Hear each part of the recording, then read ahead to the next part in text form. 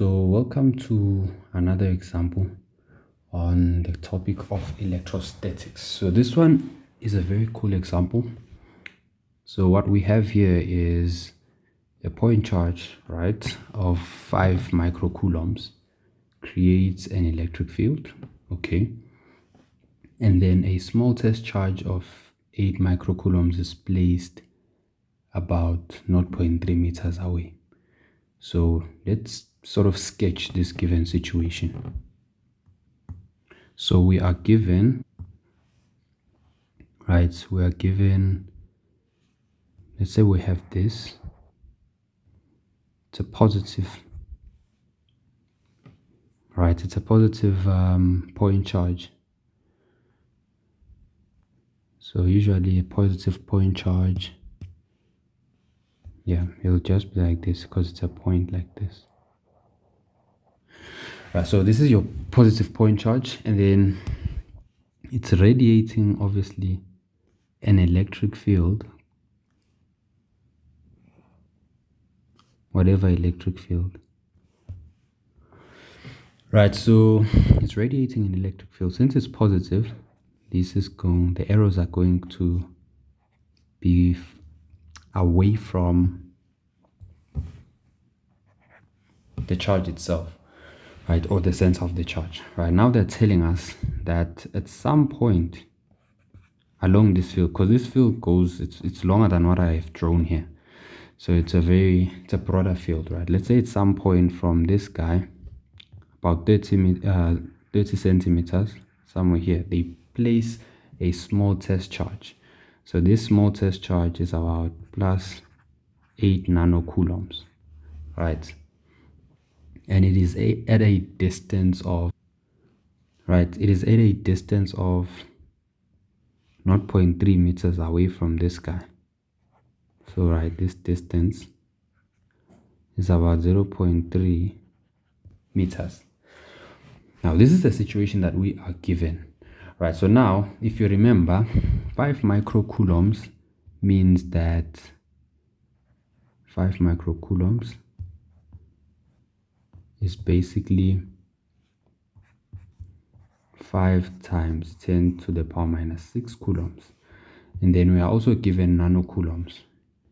And we know that 8 nanocoulombs is the same as 8 times 10 to the power minus 9 coulombs. Right, so now we have all the information that we need. So let's go to the question. Okay, before we get there, we notice that these charges are both positive, so we are expecting repulsion, right? Because like charges, they repel. So let's start with A. Now we're going to our solution now.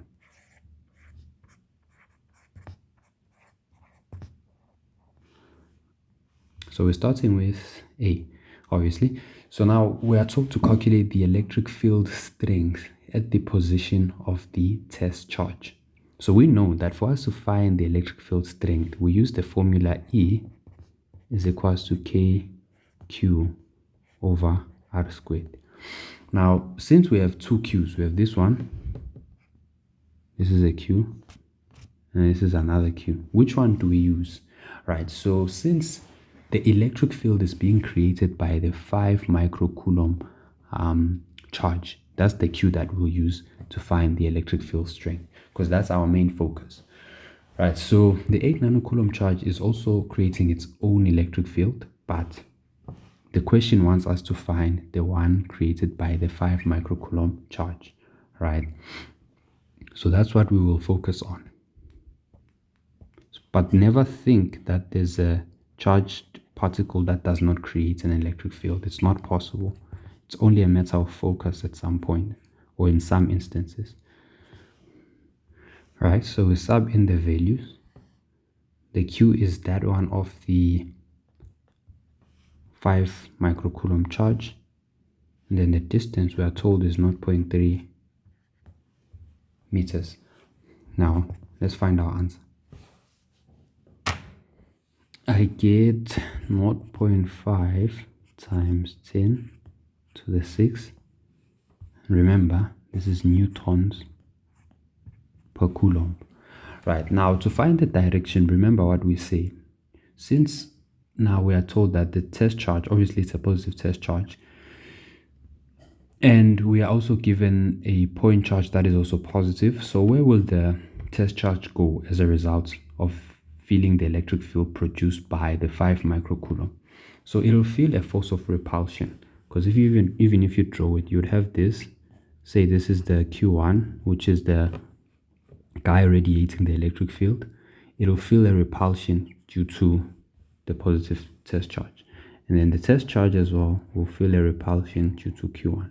So therefore the electric field at 0.3 meters away from the 5 microcoulomb charge is actually to the right. Right, remember it's important to add direction. So that's our direction, to the right. Now that's what we have there. Right, so we are done with A. Now we want to move to number B. So we are told to determine the force acting on the test charge. So now we can use Coulomb's law. We have Q1, which is the 5 microcoulomb. Then we have Q2, which is the 8 nanocoulombs when we've converted them. Right, so we can use Coulomb's law. So let's go to B. Right, so we know that B, by Coulomb's law, we can say the force acting on the test charge is given by K, Q1, Q2. Or some people may say K, Q, and small q and big Q. Right, it's up to you. You can do it like this. Nonetheless, you'll get the same answer. Right, so we have substituted all our values, and then now we can find our answer. We find that it is 0.004 newtons. Remember, this is the force that will be felt by the 8 nanocoulomb test charge. But since due to Newton's third law, the 5 microcoulomb charge will also feel the very same force. Right, and then we can say, to give it a direction, this force is to the right. If you remember, if you draw the free body diagrams that we had here, right, this is Q1, that's Q2. So Q2 is the 8 nanocoulombs, and Q1 was the 5 microcoulombs. So the force being felt by Q2 is to the right. That's what we mean. Right, so that's how you would find number B. Let's go to number C. I like number C. It's an unconventional question. So if the test charge has a mass of 2 times 10 to the power minus 6 kilograms, calculate its acceleration. So number C assumes that you already know Newton's second law. If you haven't done Newton's second law,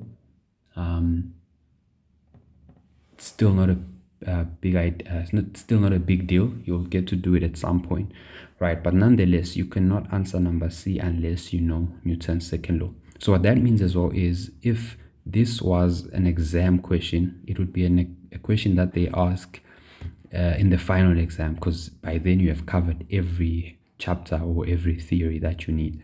It won't be in your March or the early tests that you get. So nonetheless, this is what you need to understand, right? So remember, Newton's second law says an object will remain at rest unless it is acted on by when a force is applied to an object at rest, the object will accelerate in the direction of the force. Right, we say F net is equal to ma, and the acceleration is directly proportional to the net force, but inversely proportional to the mass of the object. That's what Newton's second law says.